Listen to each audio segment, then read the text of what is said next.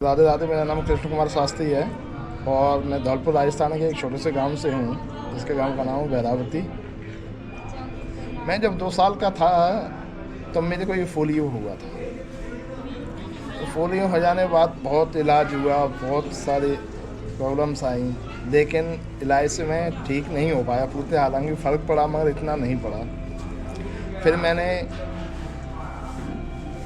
8वीं तक अपने गांव में पढ़ा। फिर मैंने 10वीं से लेकर के फिर एमए मैंने वृंदावन से किया। शास्त्री की मैंने वहाँ से शास्त्री और आचार्य किया वहीं से।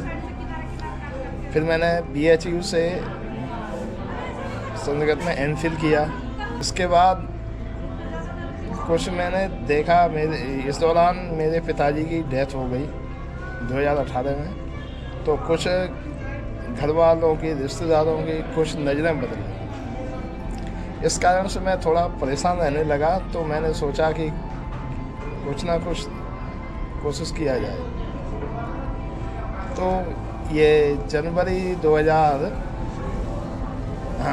दिसंबर 2023 की ही बात है। तो आकाश भैया मेरे को इंस्टाग्राम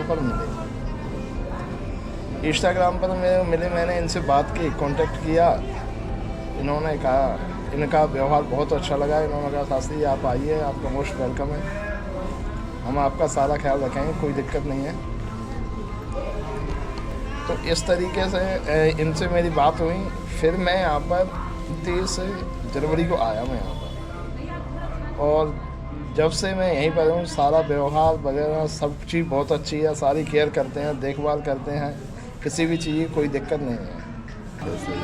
मैंने कथावाचक का काम किया। मैं श्रीमद् भागवत राम कथाएँ की, ठीक है। मैंने एस्ट्रोलॉजी का भी काम किया है, एस्ट्रोलॉजी भी आता है, एस्ट्रोलॉजी में MA किया है मैंने। और भागवत और राम कथा भी कहता था। और अभी भी मौका मिलेगा तो मैं करूँगा। मैंने लाइफ में है ना बड़ी मुश्किल से पढ़ाई की। जब मैं पढ़ता था वृंदावन के अंदर, तो मेरे पास इतना पैसा नहीं था कि मैं हॉस्टल में रह सकूँ। तो बहुत दिन तो ऐसे आए कि मैं है ना करीबन 3 महीने तक तो वहाँ के फुटपाथों पे रह कर के मैंने पढ़ाई की। क्योंकि वृंदावन के आश्रमों का एक हाल और है कि जब तक बंदा किसी काम का नहीं है, जब तक व्यक्ति किसी काम का नहीं है, जैसे गौ सेवा नहीं कर सकता, आश्रम का काम नहीं कर सकता, झाड़ू पोछा नहीं कर सकता, वो नहीं कर सकता, तो उनको वो नहीं लेते। और मेरे अंदर मैं ये सब करने के काबिल नहीं था। तो मेरे को आश्रम वाले ने नहीं लिया, किसी ने। फिर एक तुलसीवन आश्रम थे, उन्होंने आचार्य कौशल की महाराज, उन्होंने लिया मेरे को। वहाँ से रह कर के फिर मैंने पढ़ाई की तुलसीवन आश्रम से। तो बहुत सारे स्ट्रगल्स आए, बहुत सारी परेशानियाँ आई। बस ये है कि मैं बस यही कहना चाहूँगा कि इंसान की लाइफ में है ना परेशानियाँ हों, लेकिन उसे मेंटली मजबूत रहना चाहिए। क्योंकि अगर वो मेंटली स्ट्रांग नहीं रहेगा ना, दुनिया खा जाएगी। और सारे रिलेशन वगैरह सारे फेंक हैं। एक ऐसी लाइफ है, आर्टिफिशियल है, दिखाई सब कुछ अपना देता है, लेकिन रियलिटी में है ना कोई नहीं होता। इसमें वो वाली स्थिति होती है कि बिना मतलब के तो कोई भी साथ नहीं देता है। जरा सी सांसें का रुक जाए तो घर वाले भी कहते हैं कि जल्दी ले चलो इसको। तो अब आकाश भैया ने मेरे को होप दी है कि हम काम करेंगे। क्योंकि आकाश भैया ने भी बोला नहीं, कुछ अच्छा करना है देश के लिए, समाज के लिए, जिससे कि हम आगे बढ़े। और जो भी हमारे वृद्ध दादा दादी हैं, हमारे माता पिता हैं, वो उनके लिए हम सेवा कर सकें।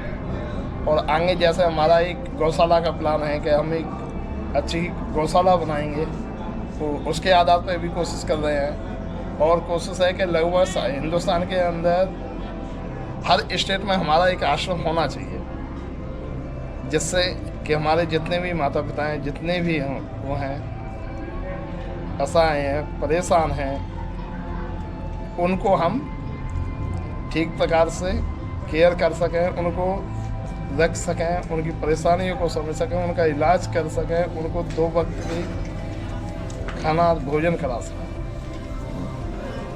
स्कूल भी चल रहा है, जैसे अभी भी यहाँ नोएडा वाले आश्रम में भी कुछ बच्चे आते हैं, उनको निःशुल्क फ्री ऑफ कॉस्ट बिना किसी उसके हम वो देते हैं, ट्यूशन देते हैं। और जैसे बिहार में भी चल रहा है एक स्कूल, तो वहाँ पर हम ये भी चाहते हैं कि हमारा देश शिक्षा में भी आगे बढ़े और जो हमारी युवा पीढ़ी है वो शिक्षित हो, अच्छी तरह पहुँचे सही जगह पर, और उनका भी, देश का भी विकास हो, समाज का भी विकास हो, धर्म का भी विकास हो। इन्हें अपने बेटे के लिए 30-40 साल स्पेंड करता है, खर्च करता है, और उससे किसी कारण बस बाहर निकाल दिया जाता है, तो इतना आसान नहीं है उनको भूलना। मैं यही कहना चाहूँगा कि जितने भी हमारे संगी साथी हैं, जो भी डोनेट करते हैं, जो भी चैरिटी करते हैं, तन से, मन से, धन से, जिससे जो भी बन पड़े हमारी सहायता कीजिए, क्योंकि अकेला कुछ नहीं कर सकता, सारे लोगों को ही सहायता करनी होगी, सभी लोगों को ये आकर के इस यज्ञ में आहुति देनी होगी। जैसे एक हवन करते हैं हम, हवन के अंदर बहुत सारे लोग बैठते हैं आहुति देने के लिए, तो ये भी एक मानवता का यज्ञ है। इसके अंदर तन का, मन का, धन का, जिससे जो भी बन पड़े इस हवन यज्ञ में आकर के अपना आहुति प्रदान करें, क्योंकि हम समाज को ये मैसेज देना चाहते हैं, संदेश देना चाहते हैं समाज के लिए कि किसी की ज़िंदगी में मज़े हों ये तो अच्छी बात है, किसी की ज़िंदगी का मजा ले ये बर्दाश्त नहीं। जय हिंद, जय भारत।